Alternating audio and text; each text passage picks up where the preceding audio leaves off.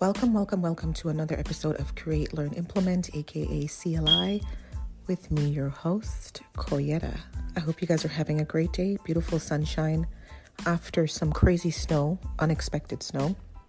But we are here, and I have a lovely Kambre Glover on the other side, who is a systems coach to the chefs. All right, so stay tuned for Kambre on the other side. Have you ever thought about starting your own podcast? When I was trying to get this podcast off the ground, I had a lot of questions, like how do I record an episode? How do I get my show on Apple Podcasts, Spotify, and all the other places people like to listen? How do I make money from my podcast? The answer to every one of these questions is really simple. Anchor. Anchor is a one-stop shop for recording, hosting, and distributing your podcasts. Best of all, it's 100% free and ridiculously easy to use. And now Anchor can match you with great sponsors too, so you can get paid to podcast. So when I thought about starting a podcast, I had no idea how it worked. I don't know how I came across Anchor, but I did, and it was free and it was 100% easy to use. And I love to use it to connect to my audience. So if you've always wanted to start a podcast and make money doing it, go to anchor.fm/start to join me and the diverse community of podcasters already using Anchor. That's anchor.fm/start. I can't wait to hear your podcast. Have you ever wanted to start a business but didn't know where to start? I know the process can be really overwhelming because I embarked on this process over 15 years ago and had such anxiety trying to do this myself. I don't want you to suffer the same fate, so join me and let me help you confidently start and run your business with ease. Go to www.koyeta.com, or you can find me on Instagram at I am Koyeta and click the link in the bio. It's that easy. Join me. Let me help you start that business.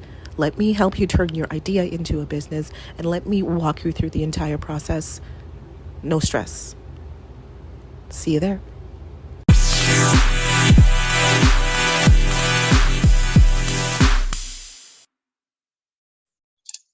Welcome, welcome, welcome to Miss Kambre Glover. Kambre, how are you doing today? Good. How are you? I'm doing well, thank you. As I was telling you earlier, we got some technical difficulties, but it's all worked out. Thank goodness. Good. Everybody made it in time. So for those of you who do not know Ms. Kambre, she is a system strategist, and you work to help some personal chefs and caterers simplify and streamline their online operations to increase efficiency and profit margins. And that is major key. So Kambre, just tell us about your background and how you got into the culinary arts. So I got into culinary arts when I was in high school. My family didn't really cook like that. Like they made like Hamburger Helper and things like that, but they weren't really great, amazing cooks. My parents especially, but my grandmothers were. So I spent a lot of time in the kitchen with them, and then I decided to go to culinary school. And my family wasn't very happy about it because I wanted to move to North Carolina to go to culinary school, but it was the best decision for me. So I decided to go ahead and do that. After culinary school, I opened my catering business. I've been working in catering mostly since I had started in the culinary field since I was 16. Catering has always been my favorite part. And so I decided to open my catering business as soon as I finished college. And so then I got burnt out really fast because, again, I have been in the culinary industry since I was 16. So I decided to take a break and kind of discover what I wanted to do and kind of try to figure that out. And I stepped away and built a social media business and worked in marketing and things like that for a few years. And then I was like, you know what? I really miss the culinary industry. Yeah. So I slowly but surely found my way back, and I discovered that, I don't necessarily have to be in the kitchen all the time to be in the culinary industry, which I didn't realize before. Mhm. And so now I am able to help chefs and support them in their businesses and building their dream businesses, without feeling like I have to be in the kitchen all the time. Right. I think sometimes we think we have to be doing, we have to get our hands in there, but it's like, Yeah. no, you've already had the hands-on experience. Now you understand how it takes to run the hands-on portion and the back Mhm. end portion. So now you can kind of pick your lane.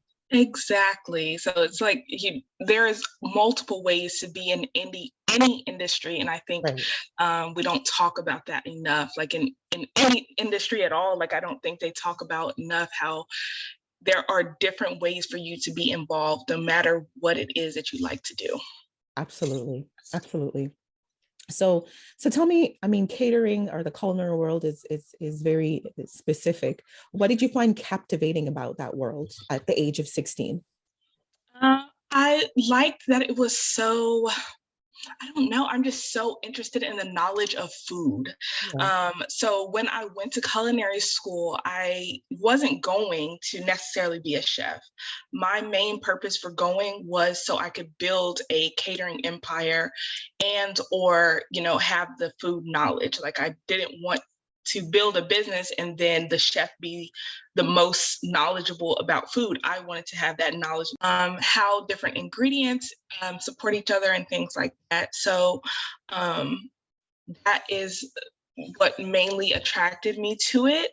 Mhm. Um, at, During this time, I was really trying to make a decision if I wanted to go to culinary school or really just start from dishwasher and work my way up. I talked to a lot of chefs and they're like, it's long hours, starting early in the morning, not ending till the end of the day. And I was like, that sounds fun for me. Like Yeah.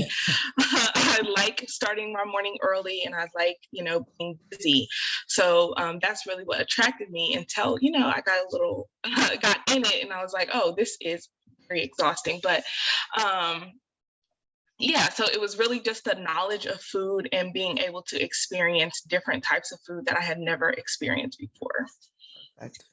So I know you mentioned your transition from, the culinary world and you re-entering on your own terms.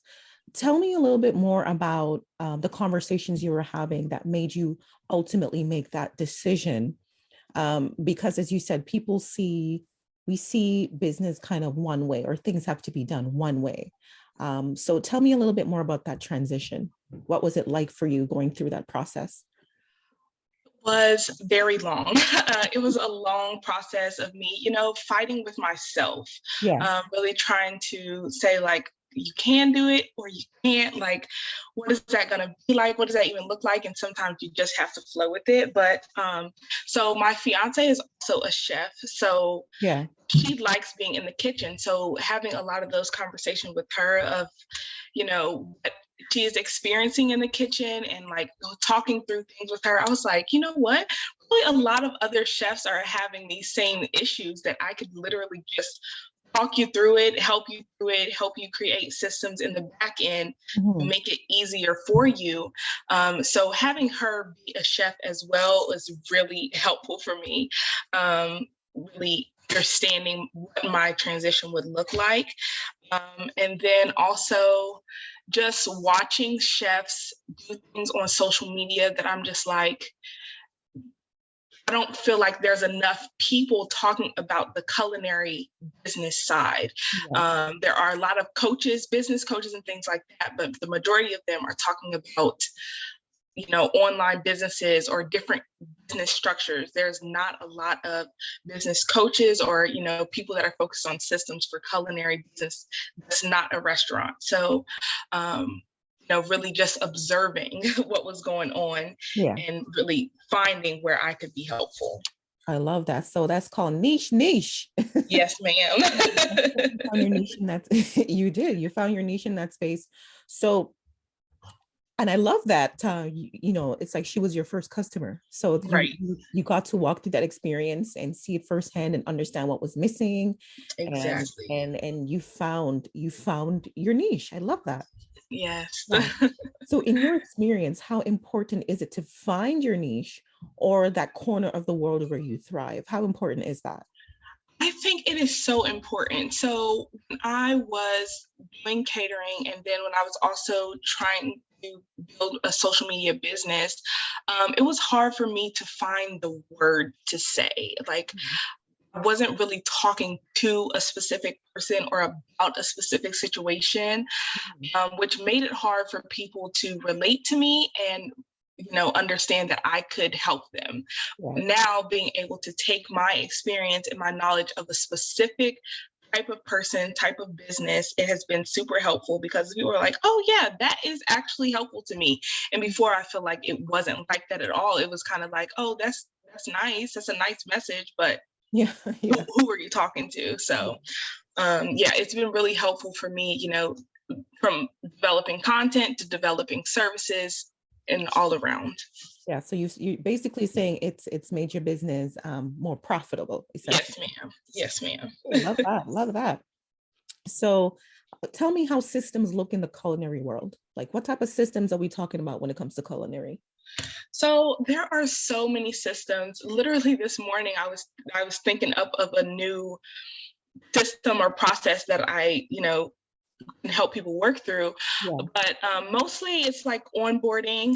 Mhm. Onboarding system can be so different for culinary businesses because you have to have a lot of knowledge of what your customer expects it to look like. And that day that you are serving them or those weeks that you're serving them, it's a big deal for them. So it's not like, you know, so with social media, right? It was Yeah. a lot of like I could create this, plan this content or whatever. You can Mhm. approve it. We tweak it as we go and things like that. Culinary is not like that. Yeah. Most of the time, it's one day. So you have one day to do exactly what your client is expecting, Mhm. or what they need. So I think onboarding system is where a lot of chefs lack. And so that's where I help a lot of them really kind of make the process more seamless because you can understand what your customer needs by asking the right questions and doing the right things.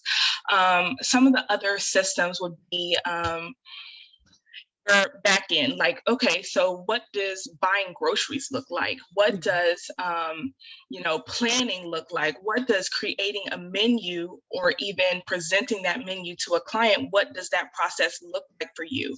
And then if you don't want to be the only one in your business forever, then you're going to have to create a system that can make sense not just to you but to your future team members, and also a process that you can explain to your customers. Right. Yeah. I love that. So, we are humans. We sometimes we think about just doing the thing and nothing else.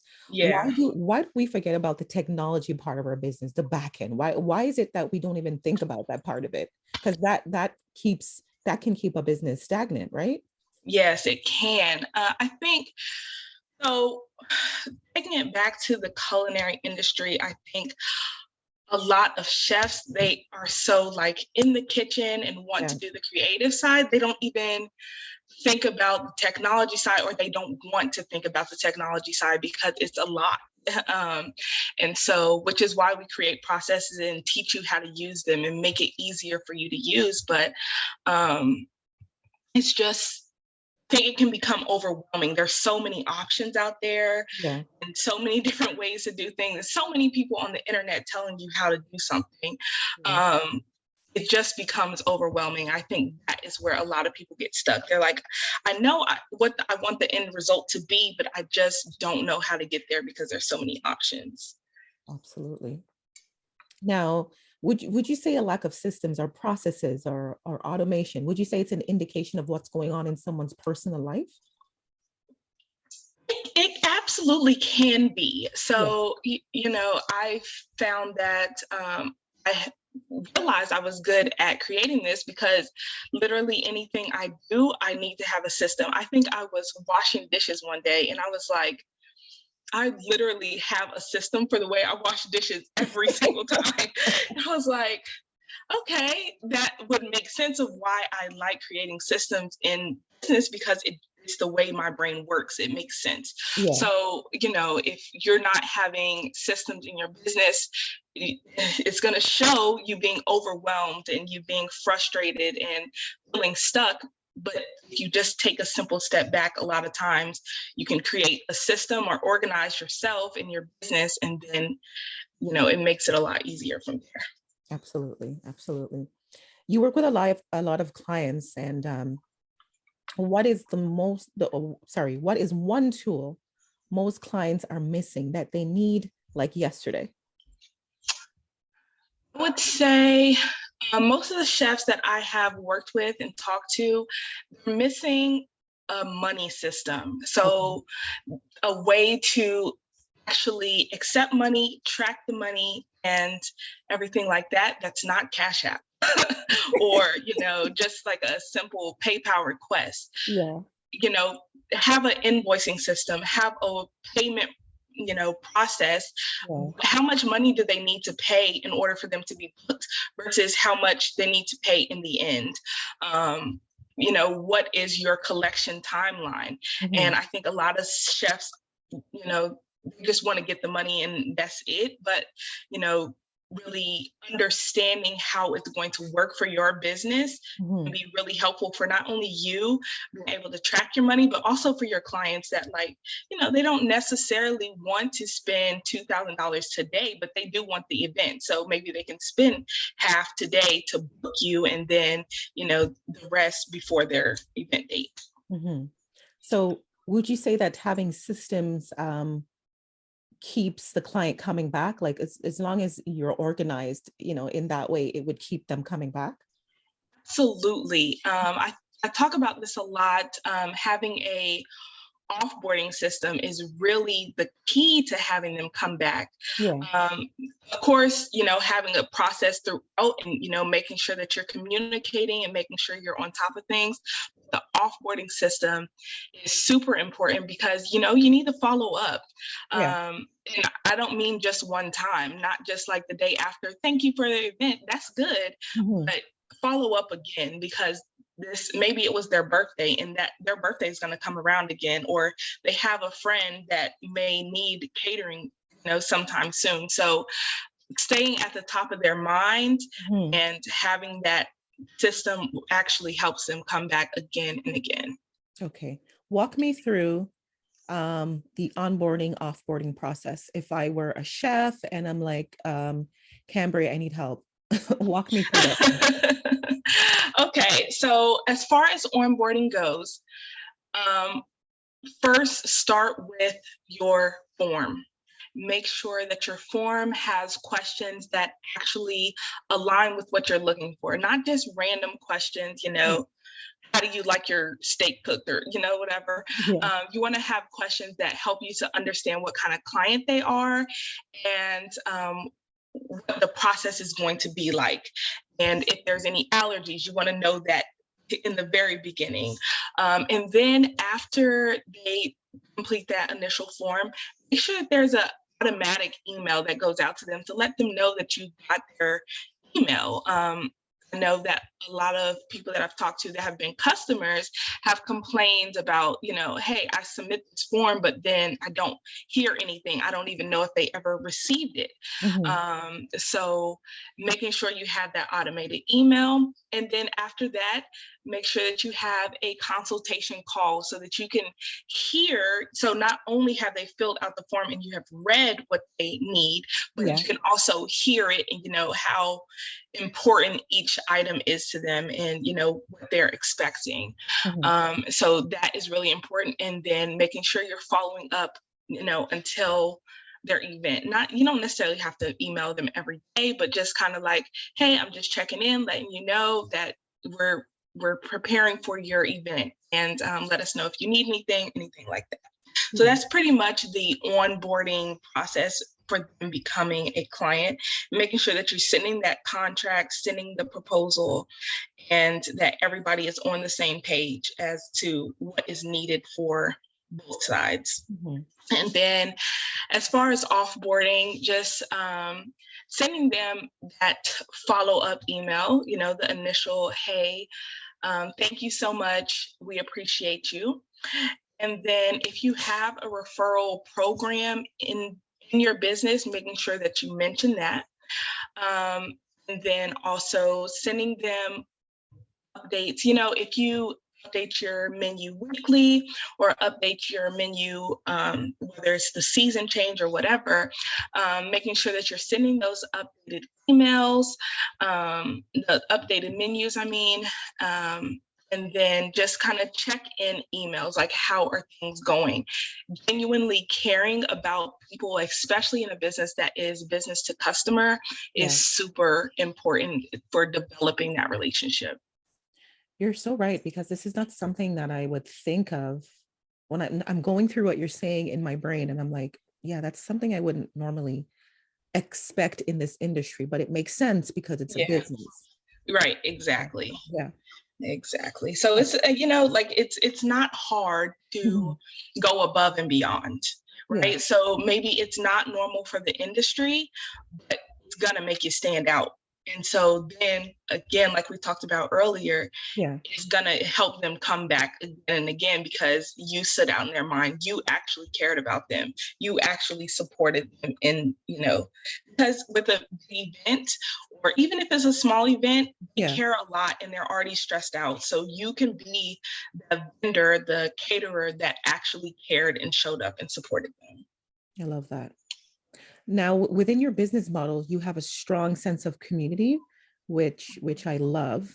Why is community so important? Because we talk about community in every aspect, like any industry, every industry. Why is it so important in the culinary world? Is so important specifically for me because there are so many people that are gatekeepers in the culinary industry.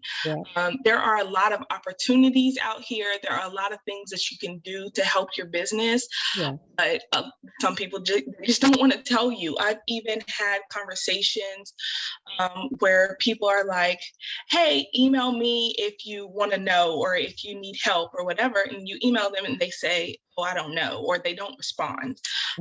Or even people talking on Twitter about, don't ask me, do the research, I had to do the research. Like, no, we can be helpful to each other. It doesn't make you less than because you help somebody.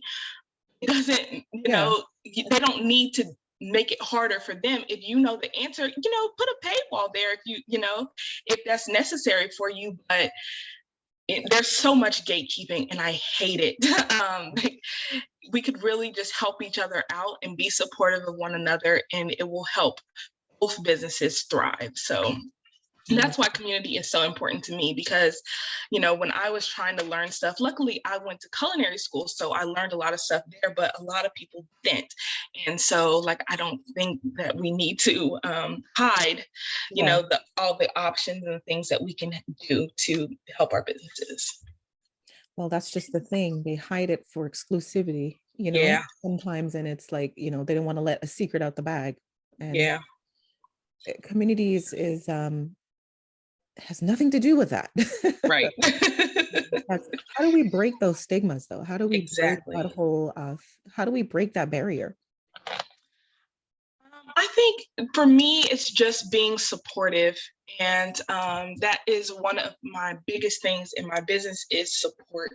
I think the barrier is broken by just saying, hey, if you just have a simple question, that I can answer, sure, I can answer it. I'm here for you. I'm here to support you on your journey. And then obviously creating, opportunities for people to pay and come and ask questions and gain long-term support, obviously. But I think the barrier is broken by just being simply supportive and not, trying to hide what you know or anything like that.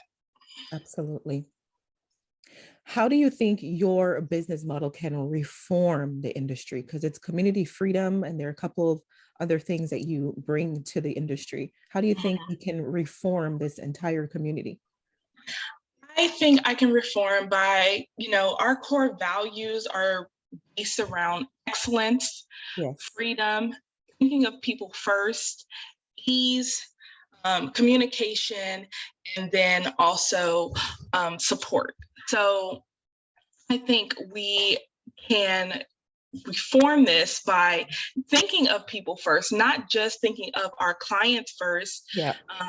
but thinking of their clients. What's, Yeah. so I'm thinking of my clients and putting them first, and thinking of them as human first, not just a business owner that needs to do all of these things. Also thinking of how the systems that we implement for them will impact their clients in the long run. Yeah. And then also communication is big for me. And so I'm just going to say it, chefs, a lot of them are not great at communicating. Yeah. Kitchens are full of yelling and cursing, and, like it is not a, soft communication space. Yeah. But if we can take the time to communicate first, not just when we get busy, I think that can reform the industry as well by just, bringing it down a notch. We can, just communicate, be a little bit more gentle, and think of people first. So you're saying it's really like an episode of Chef Ramsay? Yeah. It is. And depending on where you are, it can be like that. Yeah. Okay, that's intense. Okay. So being that you are a chef yourself, so tell me the one meal that makes you feel like that self-care meal that makes you feel like, ooh, this is so good. Like I'm taking care of myself this way. I need to eat this. Self-care meal? Yeah, like, some people eat chips. Being that you're the chef, I would imagine it's something a little fancier. Well, I mean, when it comes to that, like comfort food is not fancy for me. Like I really, being from Oklahoma, like a good mashed potato and chicken fried steak is just with some green beans and a roll. That is just good for me, But when I feel fancy, when I want to, have a good meal that, makes me happy, it's usually going to be a steak. A steak, a good, my fiance makes the best steaks. Like it's just makes me so happy. Yes. Okay, yes, I don't understand that, but I'm gonna let you have that. Yeah, it's good. It is? Okay. Yes, it is. You just gotta try it one time. It's just just so good. Kambre, I'm gonna have to trust you on this one because I don't like anything with blood. I don't walk with that at all. But I'm gonna trust you as the chef. Now, where can we find you if we are looking for your services? If I have a chef listening to this, where can we find your services? Because what you're offering is so valuable, so needed, and people, you don't know you need it until you need it, Exactly. Yeah. So you can find me on my website at cammediaconsulting.com. If you want to follow me on social media, it's at Kambre Mechelle, Mechelle. On Instagram, Facebook, and Twitter. And those are the main places where I hang out. Wonderful. And I must tell you, your name is very beautiful, Kambre. Thank you so much. You're very welcome. Thank you so much for taking the time to speak with me. I'm sorry we had technical difficulties, but we worked through. And it's been a pleasure, Kambre. You take care. Yes, ma'am. Thank you so much, Ms. Koyetta. I hope you have an amazing day. You as well. Thank you so much. Thank you. You're welcome. Bye-bye.